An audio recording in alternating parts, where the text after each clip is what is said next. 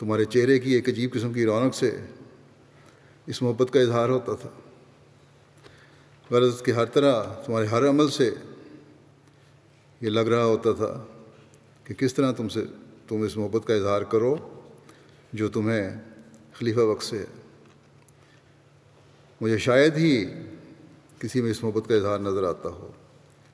حضرت خلیفہ مسیح رابع رحمہ اللہ تعالیٰ کی تدفین کے وقت جب میں قبر کے سرانے کھڑا تھا مٹی ڈالنے سے پہلے، تو میرے دائیں طرف آ کر کھڑا ہو گیا۔ میں نہیں جانتا تھا کہ کون کھڑا ہے، اب تصویر دیکھی تو پھر مجھے اندازہ ہوا کہ کون تھا اور کیا موقع تھا۔ لیکن اس 13 سالہ بچے نے شاید اس وقت یہ عہد کیا تھا کہ میں وقف نو ہوں اور اب میں نے خلیفہ وقت کا مددگار بننا ہے، دست راست بننا ہے۔ اور پھر اس نے سالوں بعد اپنی تعلیم مکمل کر کے اس عہد کو پورا کیا اور نبھایا، اور خوب نبھایا۔ جرنلزم میں بھی اس نے میرے مشورے سے داخلہ لیا تھا اور پھر تعلیم مکمل کی، اور شہید ہو کر بتا گیا کہ میں خلافت کا حقیقی مددگار بنا ہوں۔ اے پیارے تالے، میں گواہی دیتا ہوں کہ یقیناً تم نے اپنے وقف اور عہد کے اعلیٰ ترین معیاروں کو حاصل کر لیا۔ اللہ تعالیٰ اس کے بیوی بچوں کو بھی حافظ ناصر ہو اور صبر اور حوصلہ دے انہیں، اس کے ماں باپ اور بہن بھائیوں کو بھی صبر اور حوصلہ دے، اور اس کی بہن بھائیوں میں بھی، اس کی اولاد میں بھی اس کی نیکیوں کو جاری رکھنے کی توفیق دے۔